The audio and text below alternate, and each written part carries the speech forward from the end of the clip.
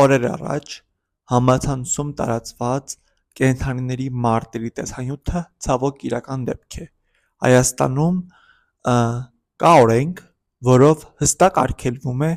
կենդանիների մարտեր կազմակերպելը և դա դիտվում է որպես դաժան վերաբերմունք կենդանիների նկատմամբ։ Օրենքով հստակ սահմանված է պատժի տեսակները՝ տուգանք, հանրային աշխատանք, ազատության սահմանափակում կամ ազատազրկում կախված դեպքի հանգամանքներից, կենդանիներին միմյանց վրա սադրելը կամ նրանց օգտագործելը նման մարտերի կազմակերպման մեջ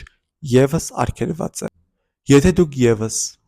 ականատես եք լինում նման դեպքի, անպայման արձանագրեք, քանի որ այդ ամենը օրենքով արգելված է։ Չմոռանաք հետևել էջին, եղեք տեղեկացված, շնորհակալություն։